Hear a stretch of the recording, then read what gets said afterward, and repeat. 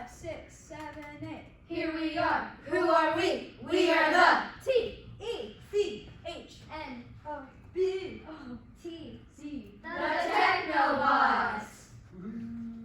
Hi, we are the TechnoBotz, and we are a community-based team from Dublin.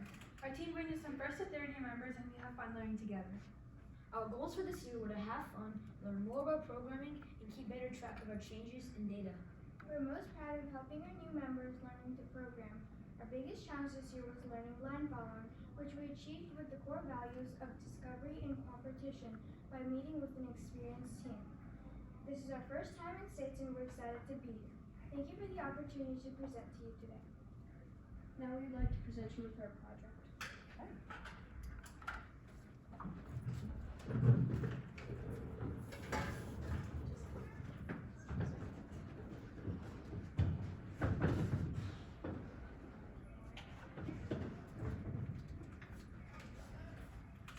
I'm a little trash can, short and brown.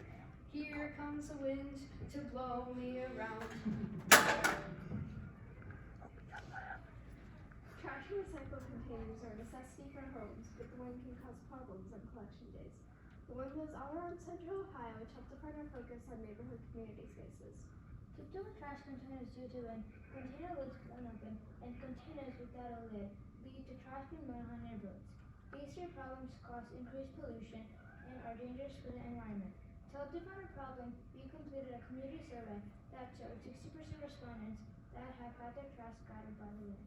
According to Wagner, in 2015, wind contributed to litter from open-top containers and overfilled containers.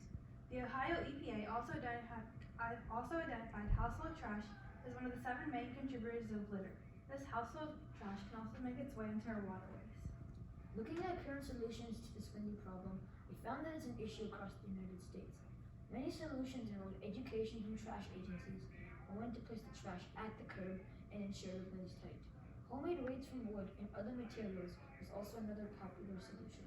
We also found a variety of straps on sale for the internet. Most of these straps involve bungee cords or latching straps that went across the top of the lids. The major concern with these types of straps was that they were not compatible with automated trash trucks because the latches had to be undone by a person. To solve these windy problems, our team would like to introduce the 3-part trash stand system. The first part of the system is the lid lock. The lid lock consists of 2 weather-resistant discs with rubber straps. This one disc attaches to the lid and the other attaches on the side on which the lid opens. The straps connect near the lid with a magnetic latch. This magnetic latch holds the lid down against the wind, but releases with the weight of the trash as it is dumped into the truck. The second part of the system is the container lid. These weights stick to the inside body of the trash can. We propose to make the weights from ground rubber tire, which then would be formed into flat bricks with adhesive on one side. We're still in the process of testing this solution to find the least amount of weight to keep the containers in place on windy days. We're hoping to find a facility with a wind tunnel so we can measure the wind speed. The final part of our system is the open recycle container cover.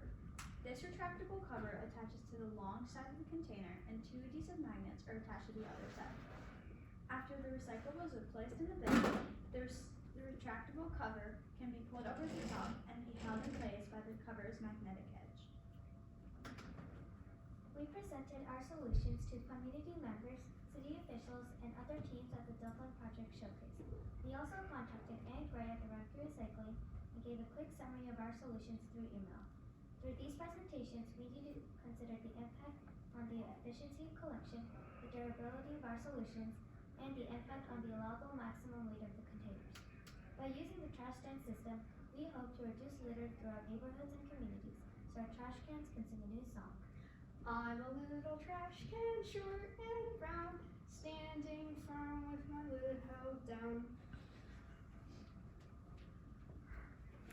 In further development and research, and feedback from other judges from the last competitions, we realized that not all trash cans have a lid that's attached, and so we came up with this attachment which would go over here and basically act like a hinge, and this would be there, but this would just be an extra attachment to make sure this part just doesn't fly off.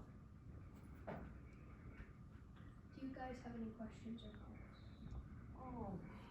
My first one is, what did you learn about, from talking to Rumpke and whoever about the maximum weight of the garbage can?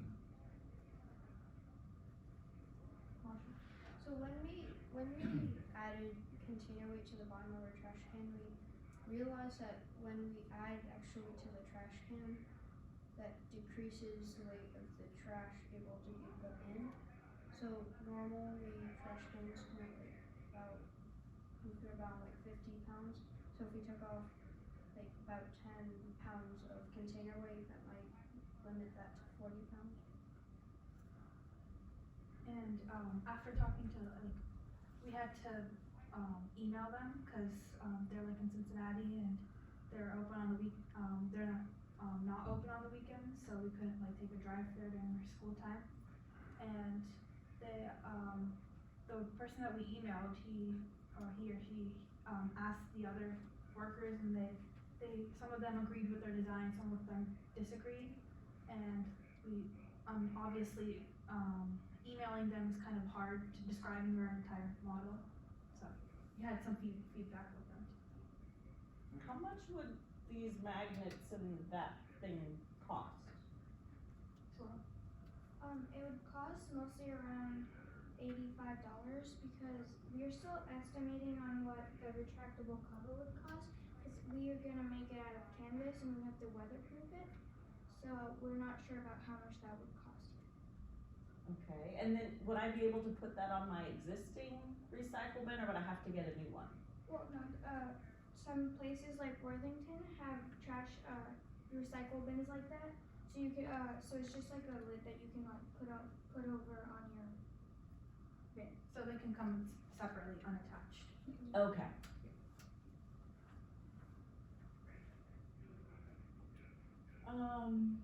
And so how does it stick on again? Like, are these glued on? Like, okay, so this sticks here, and then this is the only magnet part, like where the two, and then you said when it flips over, that's okay with those Yeah. Yes, the automated, okay. like the weight of all the trash together when the It force. will, okay. But the wind won't be enough to open it by Yeah, itself. Right. like if it falls over, we also kind of like tested our trash, so it's like, it wouldn't, but like when the force of all the trash just like going down, it will open it. Okay. So you guys said you were from Dublin? Yes. How many garbage cans are used in the city of Dublin? A whole lot.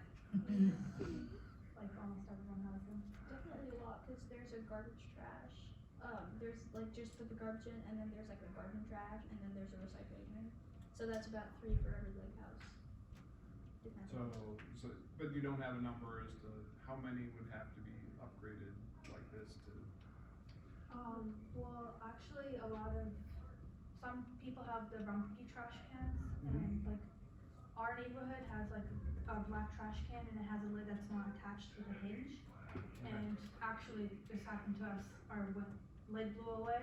Our trash fell down. It was all scattered, and like the past few weeks, like during fall, moving into winter, we saw a bunch of trash falling.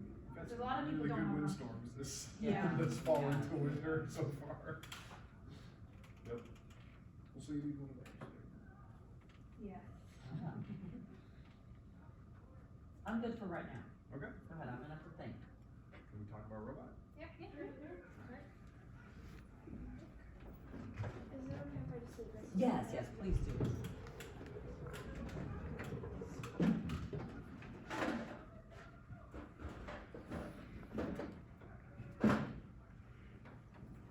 Can I pick it up? We just have a small presentation. Oh, okay. I will wait. This is small. Sorry. We would like to introduce you to our robot Flash. Flash has been our robot since our team started 2 years ago. Like every season, Flash has been doing some design changes to meet our goals. After reviewing the rules, the missions, and some brainstorming of how we might complete the missions, we discussed the basic design of Flash. We decided we needed Flash to be a compact robot with a universal attachment that could be used for multiple missions. This helped meet the goal of fitting into the small inspection area. Our major change for our design this year was our wheels. We have always used a ball bearing wheel on the back of Flash for easy maneuverability. But as we talked about possible completing the bridge, we quickly found that the ball bearing wheel got stuck on the bridge. We decided on 2 small rubberized wheels on the back, but as we programmed, we realized these wheels limited the turning ability of Flash. We finally decided on 2 small plastic wheel hubs on the back of Flash. Based on what we learned from the previous years, we decided we needed a simple design and to keep the cables out of the attachments and break. Our design allows all of the cables to pass under Flash's grip. After running several times, we found the robot was front heavy and decided to add a counterweight like a ball bearing in the upper back of Flash. Our mission planning and strategy gave us our ideas for our attachment. After running our robot, we decided that some kind of forklift attachment could be used to complete multiple missions. The forks of our forklift are easily modified with different attachments for different missions. After mapping out potential robot runs, we decided that a forklift would be best placed on the right side of our robot. It also allows us to plan for adding future missions. Our strategy focused on points and flexibility in missions. One example of this was programming the M12 design and build. This program was split into 3 separate parts, which allowed flexibility for our operators and made it easier for operators with decision making in the future robot game. The programming of Flash started with the focus on line following. One of our goals this season was to better understand the programming of line following. Through the core values of cooperation, we worked with an experienced team to learn more about the use of the color sensor and line following. Now we would like to share with you a sample of our robot notebook and our programs. Who do you work with? 8 to 8 to 11. Good team. To finish up the mission, we decided to use 2 attachments. The first one is used to push the lever. The first one pushes the lever which moves the transmission. The second attachment attaches to a counter robot and it pushes the first one. The third one pushes the blue block inside the blue circle. We added the back to the attachment so that it could guide the front payload to drop on top of the blue block. At the same time, the forklift pushes the lever which drops the payload. We have our map for where we divide it. It just goes up to. It's only one run, as you can see. It goes up to. It goes up to that, which pushes. It goes up to the position, which would then immediately push block and turn the forklift or to curve, and it lowers it. It goes up to it. There's a. What block is in there? It goes in there. And then it goes. And then it used to pulse the forklift. This was an old program. But now it just like.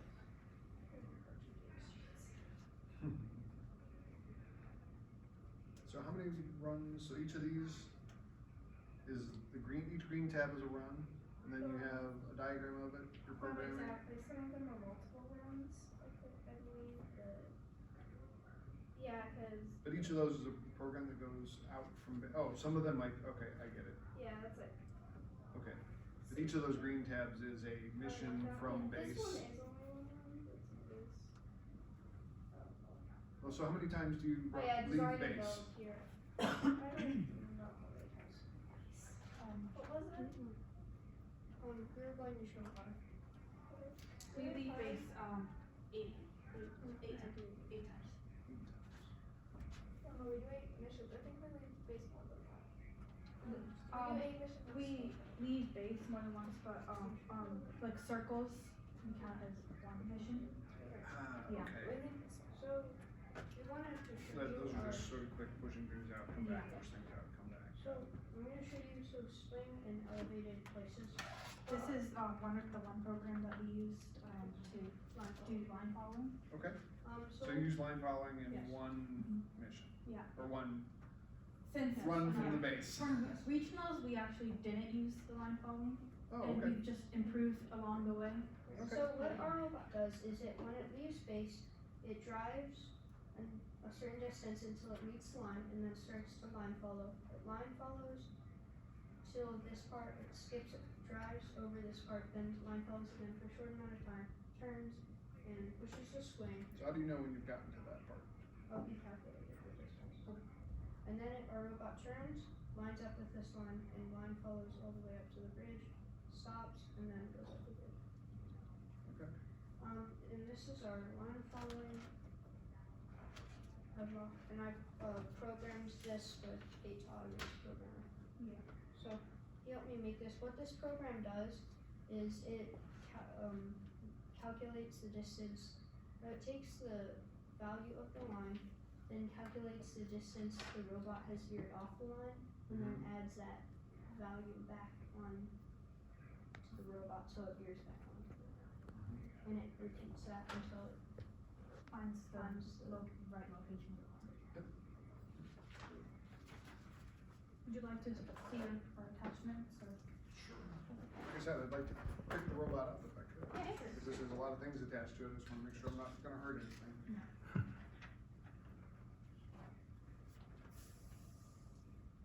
So who came up with the little 4-bar forklift mechanism? We actually got a book. All and did.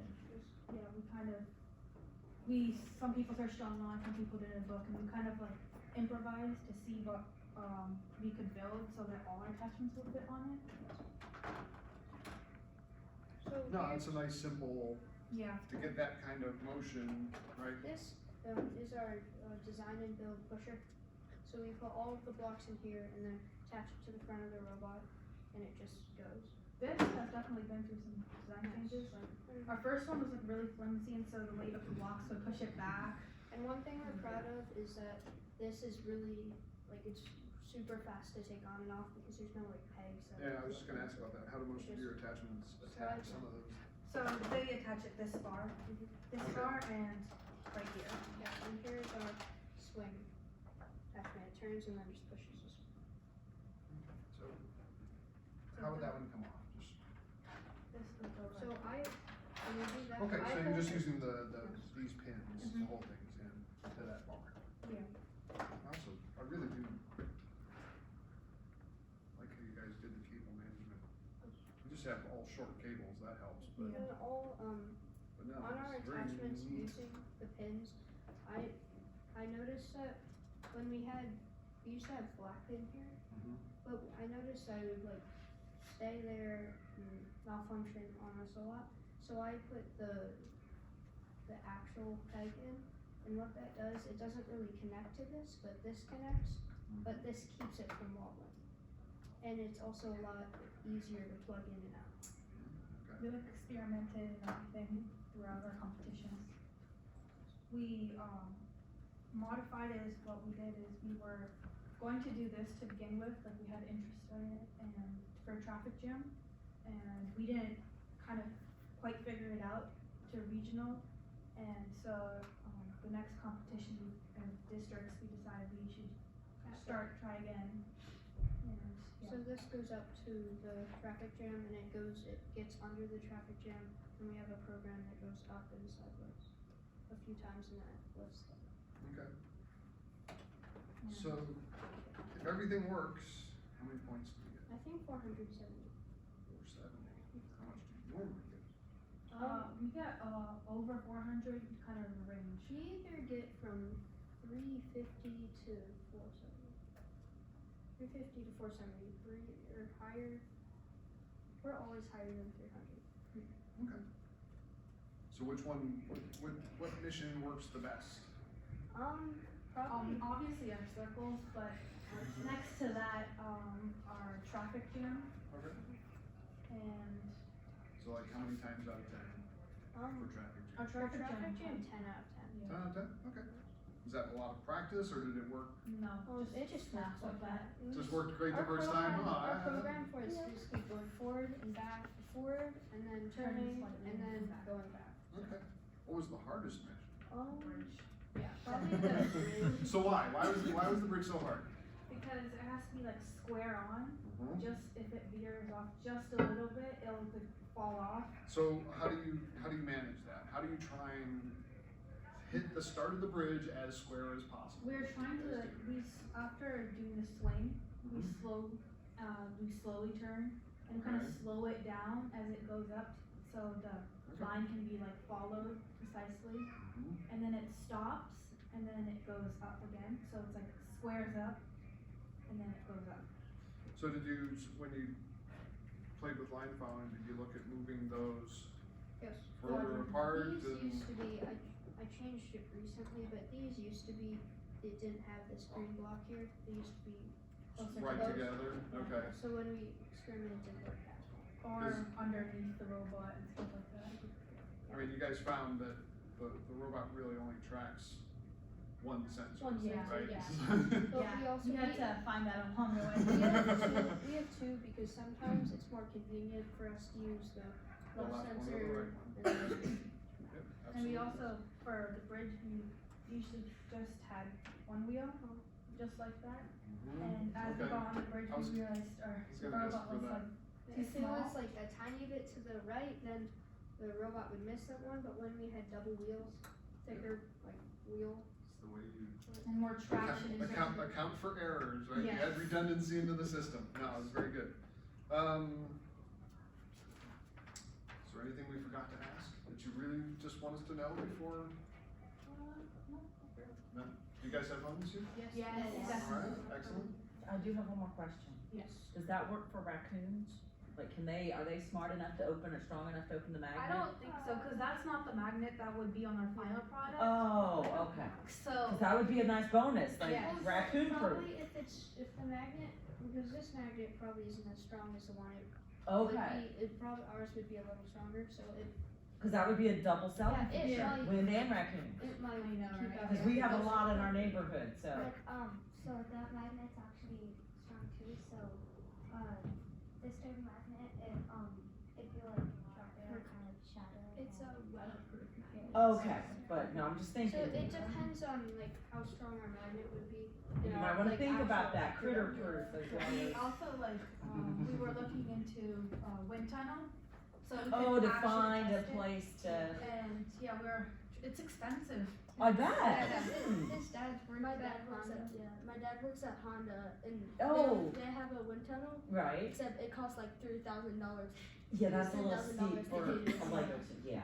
But they're also building another one. Okay, So we're still looking into trying to, or like we could do like a fundraiser or something. Right. Yeah. okay, no, yeah, keep working on some ideas, I like that you incorporated ideas you learned from other tournaments, or, you mentioned when you Yeah. talked to the lady at Rumpke about the straps, and I enjoyed your little song, I know, I don't know how embarrassing that was for you, but I enjoyed it. He is a good singer. Yeah, no, I enjoyed the, Very much. yeah. No, so you guys specifically asked for feedback on presentation skills and robot design. I thought the presentation skills were actually pretty good, right? You guys did a good job of sort of hitting the things that the judges are supposed to be interested in. My feedback in all of this is kind of goes back to sitting around a campfire and how ancient people always used to convey information. They would tell stories. Yeah. Right? I love to hear stories, not that we have a robot that does X. It's like, tell me the story about how you got there, or tell me the story about sort of, you guys built this, all right, what sort of cool things were you able to do with this after you created it? What sort of innovative ways did you discover to use that kind of motion on this field, right? Yeah. I always like to hear those sorts of stories as opposed to just presentation of facts. I can But tell you guys did a really good job. I can tell you a story of how I became the singer. Yeah, you're the one who broke it. Oh, so it was more of like So a, I was a joke because they always teased me about like, because I always push the trash can in our regionals. They always teased me that I was like the trash can. So one day, like I scared them because I got in the trash can, and then I sprung up and then I fell over. And so Yeah, see, these things are priceless. We're not gonna judge you on that. But that's great, priceless. so, yeah, that's great. No, fantastic. It's a win-win. Yeah, there you go. No, thank you very much. Yeah, so we have to Good give luck. this back. Oh, yeah. We're not supposed to keep these, but thank you. Alright, yeah, we're done. Good luck, That's it. enjoy the rest of your day.